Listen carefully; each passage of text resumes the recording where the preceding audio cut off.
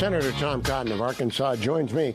He's newly elected the conference chair of the United States Senate. Congratulations, Senator. What does the conference chair do?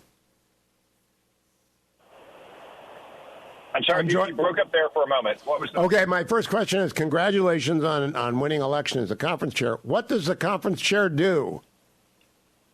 The conference chair presides over our conference meetings. So, for instance, in those elections yesterday, John Barrasso presided over them. Anytime we gather to have an internal conversation or debate, I'll be presiding over them. Externally, it's primarily focused on communications. We have a whole suite of studios for TV and radio, podcasts. We run the social media, organize press conferences, travel with senators back to their home states or on trips to the border or overseas to help communicate our message. And then obviously I'll be active, as I have been for the Trump campaign, on behalf of the whole conference in the media, advancing and defending our ideas and our legislation. So I'm very, very grateful and appreciative of my colleagues and their trust in putting me in this position, and look forward to doing even more great things for the people of Arkansas and our nation. You know, Senator, you're very familiar with the Commentary podcast. You were their honoree once. You're very familiar with the Ruthless podcast. I'm sure you listen to Getting Hammered.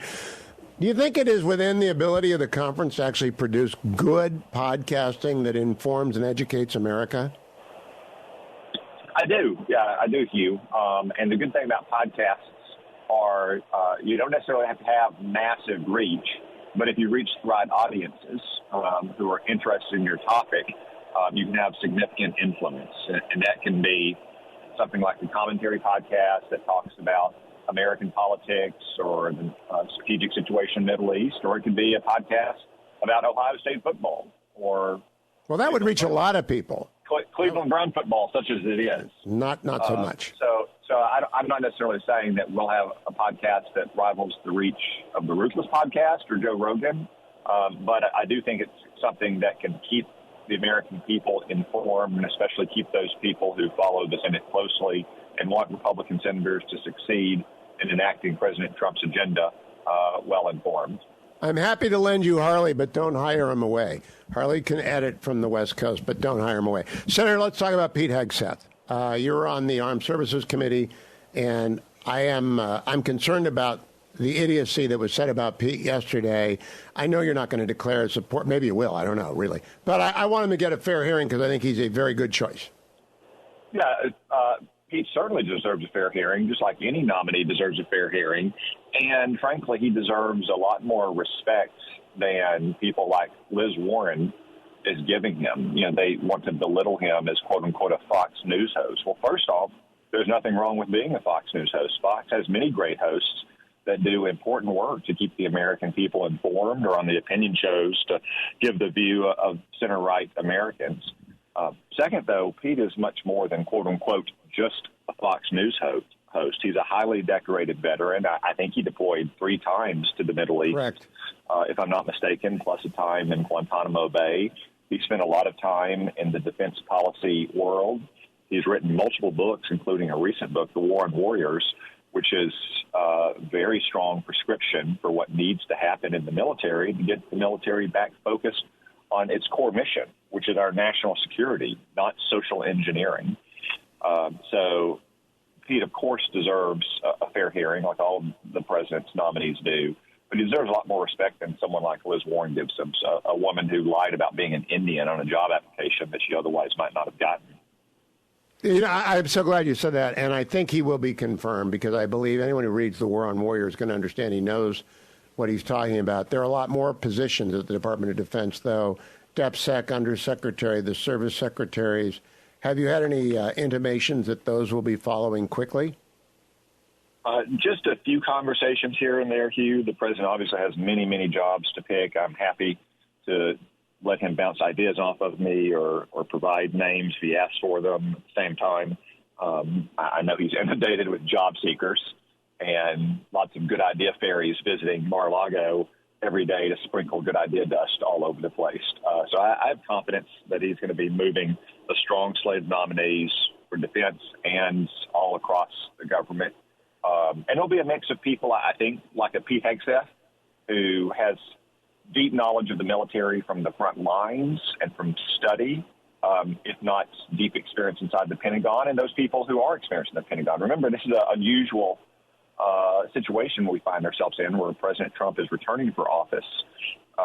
You might call it more of a first term than a second term, because there was a clean break, but that means all the people who worked for him in his first term are still available. People who helped implement President Trump's agenda in the cabinet the last time around now have a chance to come back, maybe move up in some cases as well, having had that seasoning the first time.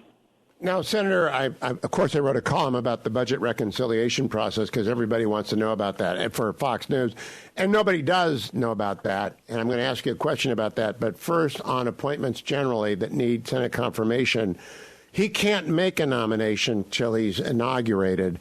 Can you hold hearings before the inauguration? Yes, Hugh. In fact, that's customary. The way this will happen is a new Congress will be sworn in on January 3rd.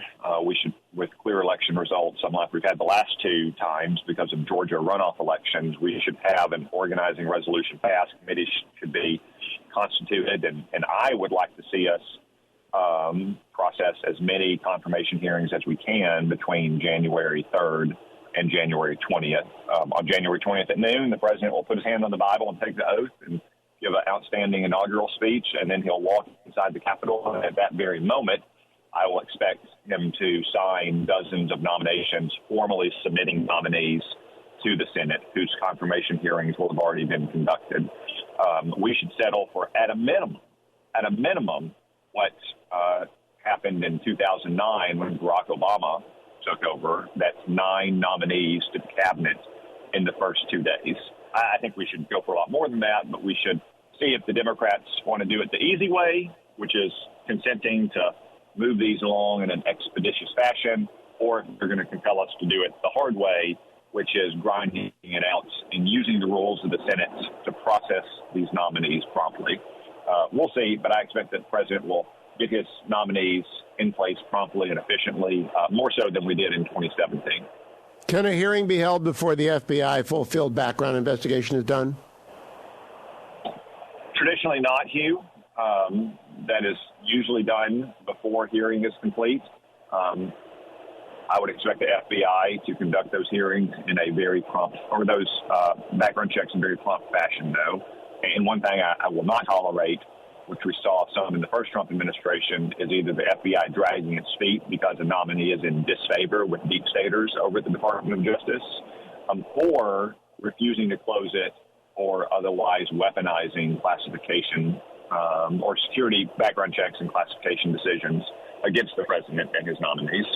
The last question on nominations, and it's a general one. I've made the assertion I want you to correct me if I'm wrong. The prohibition on false statements in 18 U.S.C. 1001 is a felony prohibition on making false statements to the government. Does it apply to testimony of nominees? Hugh, anytime you testify in front of Congress or any other government body, it does. Of course, I'm not concerned about that. I expect all of the president's nominees to be forthright and frank, and many of them will have great stories to tell about what they've done in their lives and also what they plan to do as they take over these departments and agencies. All right. Now, let me talk about budget and reconciliation. Budget needs to be agreed to, is my understanding, by the House and the Senate. And then bills that implement that budget require a simple majority. If I'm right, how soon can we get the budget in place? Well, hopefully very soon, Hugh. Typically, that will start in the House. Some of these bills must start in the House under the Constitution since they are revenue-raising bills. The House obviously has a pretty tight margin.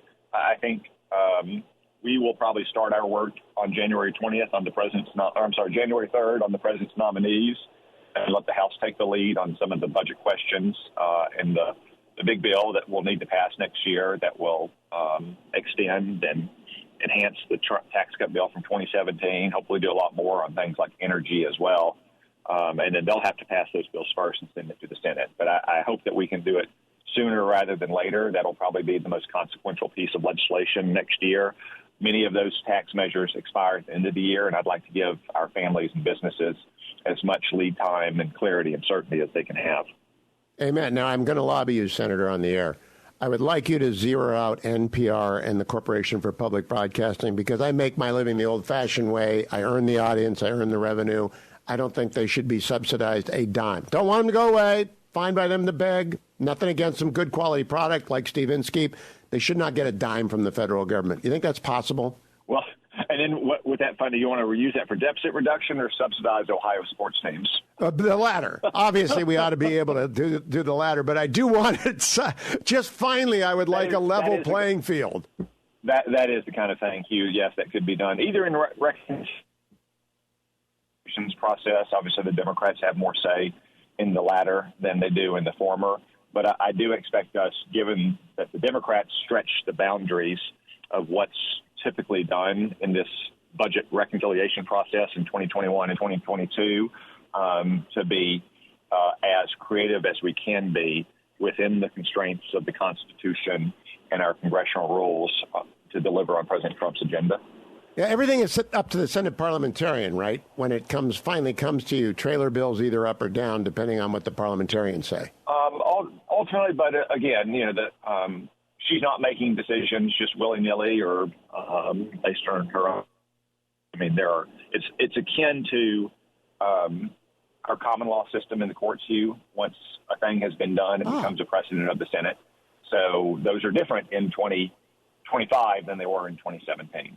I hope Elon Musk and Vivek Ramaswamy for the DOGE go find a retired Senate parliamentarian because what they do won't matter unless it gets through. Senator Tom Cotton, thank you. Congratulations on becoming the chairman of the conference and on your podcasting plans and on your alternative media plans. But because, boy, legacy media is broken and dead, and you need to fill the gap. And I appreciate your talking to me. Thank you, Senator.